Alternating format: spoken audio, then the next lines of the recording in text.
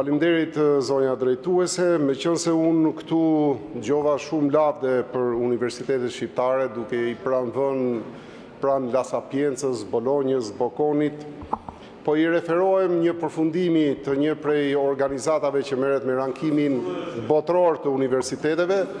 Gjojeni që të ndriçohesh pak.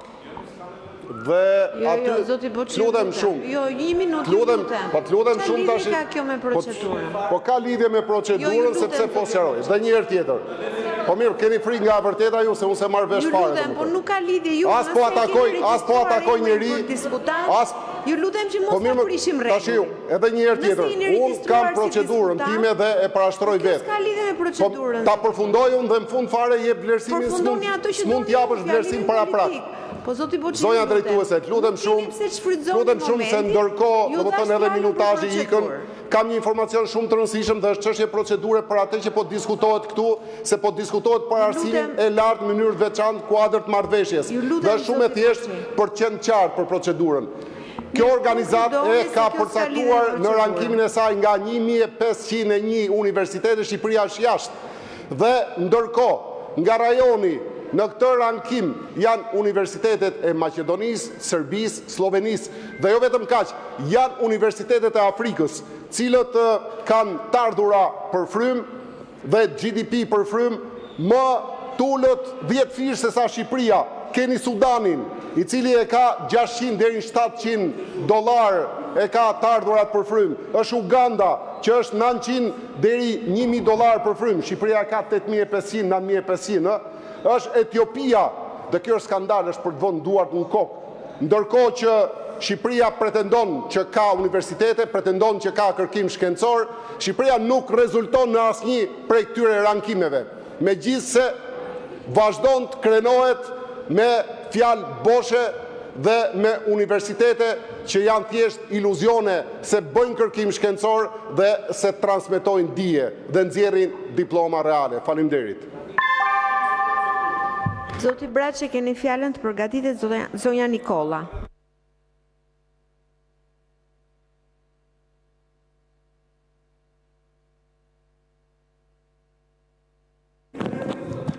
Lutem kolegë, mbajmë pak qetësi.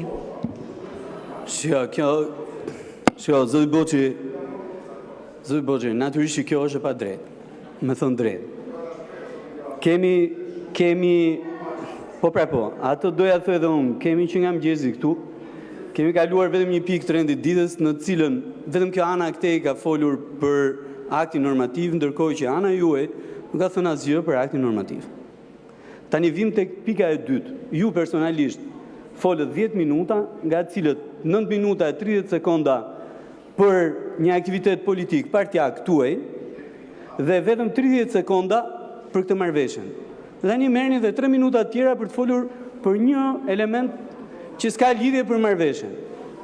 Tash nuk është e drejtë, ashtu siç nuk është e drejtë e folura me atë gjuhë që sapo dëgjova këtu nga doktori.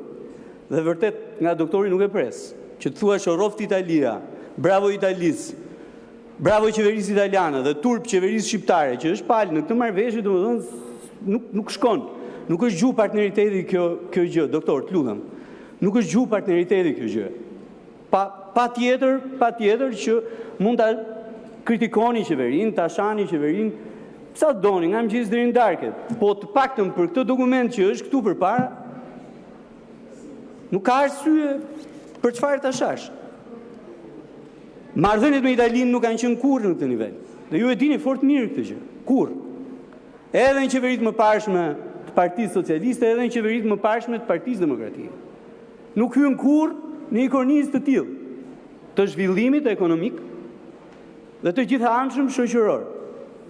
Se po të kishin qenë, po patjetër, do ishte e padobishme kjo marrëveshje që kemi sot përpara. Ai që vlen si një kornizë për të udhëhequr marrëdhëniet midis dy vendeve në një rrugë të qartë europiane, e ku Shqipërisë i ofrohet bujarisht dia, njohuria, teknologjia, për atë që ne kemi më shumë nevojë se kurrë, për të rritur produktivitetin edhe ekonomik, po produktivitetin edhe shoqëror të këtij vendi.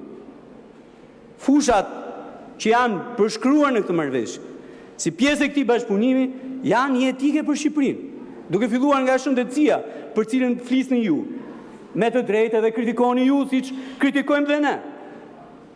Dhe çfarë duam? Duam të marrim ekselencën italiane në shërbimin shëndetësor me qëllim që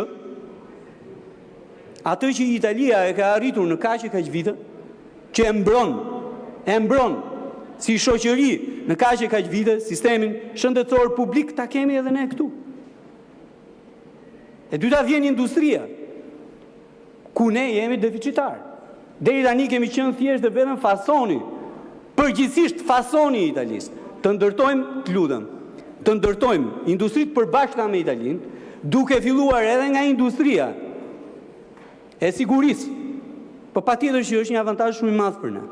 Për të folur eksaktësisht për atë që edhe ju folët, po në një dimension komplet tjetër që ka të bëjë me arsimin, e ku Italia ka përvojë qindra vjeçare, e ku ne në po kaq vite jemi deficitar maksimalisht.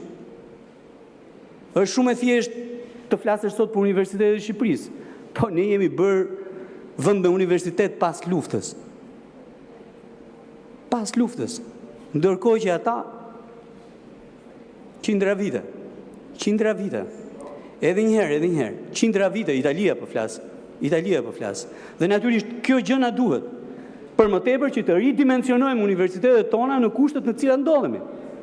Mos harroni që kjo marrëveshje është nënshkruar eksaktësisht tani në një periudhë të ndërmjetme, ku ne edhe negociojmë, edhe realizojmë për të shkuar për të bërë antar të Bashkimit Evropian, ku këta janë prej vitesh tashmë. Ajo që doja të thoja unë ka të bëjë me faktin që ne me Italinë kemi te kaluar çdo gjë. Kemi pas histori të mirë, ashtu siç kemi pas edhe luftra midis dy vendeve, dy të pak. Po kemi te kaluar çdo gjë në arkun e 35 viteve.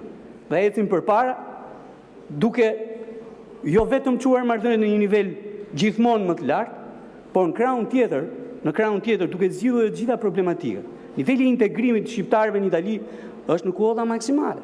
Ne nuk kemi probleme me Italinë as në kufi, as ke zyrat e biznesit, as tek zyrat e prona. Zero. Dhe sa më lart vete niveli i marrëdhënieve me Italinë, aq më keq duket Greqia. Aq më keq duket Greqia në raport me ne. Ky është problem dhe është problem shumë i madh për gjithë. Jo thjesht për qeverinë, po për gjithë shoqërinë shqiptare. Grekët janë fqinjët tanë aty më tanë. Dhe ne kur nuk mund të kemi ato marrëdhënie që kemi me Greqinë, dhe që nuk vinë nga ne. Nuk vinë nga ne. Tani ajo sjellja e përvitshme për Krishtlindje apo për Pashkë, për vit të ri, atje në kufit jugor të Shqipërisë është turpëruese për një vend antar të Bashkimit Evropian. Mënyra se si një pjesë e Greqisë politike i shikon shqiptarët, natyrisht është e papranueshme. Ne jemi atje jo vetëm si qytetar europian, si fqinj, po jemi atje edhe si një aset shumë i rëndësishëm ekonomik. Po ata nuk mund të na shikojnë ne thjesht vetëm si punëtor krau që s'kan të drejtën të kthehen në vendin e tyre. Shqiptarët janë ndër punëtorët më të mirë në Greqi, siç edhe në Itali e siç në gjithë botën. Po nuk mund të na shohin thjesht dhe vetëm si krah pune. Që nuk kemi kur të drejtën që të vinim e të festojmë festat tona fetare ose jo, vitin e ri, atë bëjmë pushimen në vendin tonë. E atje në kufi vendosen barierat e dy policëve që e kanë hobi tani krimin e rradhë nga 4, nga 5, nga 6 kilometra. Sa herë ka Pashkë, sa herë ka Krishtlindje, sa herë ka Vitri, sa herë ka pushime verore në Shqipëri. E kemi këtë gjë me Italinë? Jo. Me Italinë kemi zgjidhur probleme që në 91-shin të kësaj natyre. Tani mbas 36 vjetësh të kemi po prapë të njëjtin problem. Ky është merr. Të njëjtin problem me sipërmarrjet. Sipërmarrjet shqiptare në Itali janë kthyer në një faktor shumë të rëndësishëm, kontribuitiv brenda ekonomisë të madhe italiane. E që vlen, patjetër vlen për të bërë atë thirrjen e vazhdueshme për të ardhur për të investuar këtu. në vendin e tyre tashmë. Po niveli i integrimit të tyre atje, natyrisht që është në kushte optimale. Po shikojeni atje se si trajtohen edhe punëtorët edhe emigrantët shqiptarë në Greqi. Shikojeni pak. Një cop leje që është që duhet paguash, një cop leje që të detyron paguash sigurime shoqërore në avans për të marrë ato cop leje. Për të marrë ato cop leje. Edhe pse sa herë ka pasur nevojë për krah punë e Greqia, shqiptarët kanë qenë atje, duke bërë punët më të vështira e duke dhënë shembullin më të mirë. Pra kjo marrëveshje që kemi përpara është një nga elementet më të mirë kyç që ne kemi bërë me shtetin fqinj. Është një kornizë e vlefshme, e dobishme, po që duhet vjet në lëvizje. Dhe natyrisht nëse ka diçka që duhet i thuhet qeverisë, është eksaktësisht kjo. Që nga marrëveshja tek projektet konkrete që materializojnë atë, po është një rrugë e tërë e gjatë përpara ku burokracia ose pa aftësia në këtë anë apo burokracia në atë anë nuk duhet bëj ta dështoj këtë marrëveshje. Po i referohem marrëveshjes për pensionet, që e kemi me vendet më të rëndësishme të Europës, duke filluar nga Gjermania e duke ardhur këtu ke Italia, po se kemi me Greqinë. 3800 shqiptarë kanë aplikuar. 500 dosje me të dhënat e para kanë shkuar atje, po ende s'ka përfituar asnjë qytetar shqiptar nga marrëveshja. Dhe normalisht burokracia e instituteve, jo këtij tonit, ky është i gatshëm, i dëshiruar për të çuar të dhënat me vitet e punës për çdo shqiptar që ka punuar në Itali apo që jeton sot në Itali e që duhet përfitoj pensionin, po edhe të burokracisë italiane duhen të kaluar me qëllim që ajo marrëveshje të ketë efektivitet plot. Po e përsëris, është një marrëveshje që nuk e kemi me Greqinë. Greqia e ka dhënë kujdo. Neve jo. Ndërkohë që ne, në raport me çdo tjetër, jemi krau më i rëndësishëm i punës në Greqi. Sot që flas. Italia po zgjidhet, Greqia duhet të jetë në plan. Për të çuar marrëdhëniet me të dy vendet tanë fqinj, edhe në perëndim, po edhe në jug vendit ton, sa në partjet e mundur nivele maksimale në shërbim qytetarëve të Republikës Shqipërisë. Faleminderit. Faleminderit zoti Braça.